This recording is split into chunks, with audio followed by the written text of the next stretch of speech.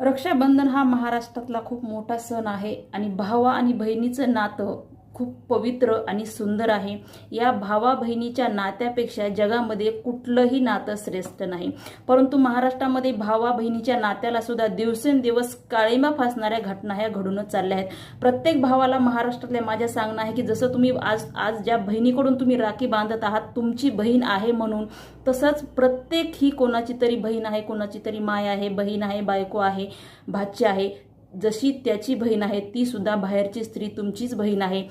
ज्या स्त्रीकडे तुम्ही आज वाईट नजरेनं बघतात, मग ते ऑटो रिक्षा असेल, सिटी बस असेल, बस असेल, ज्यावेळेस तिच्याकडे बघता तिला नको त्या ठिकाणी स्पर्श करायचा प्रयत्न करता किंवा हैवानासारखं तिच्यावर तुम्ही बलात्कार करता, त्यावेळेस माझ्या सगळ्या महाराष्ट्रातल्या बंधूंना एकच विनंती आहे आणि एकच सांगणं आहे, ज्यावेळेस तुम्ही बाहेरच्या स्त्रीकडे वाईट नजरेनं बघता, तिच्यावर बलात्कार करता, त्यावेळेस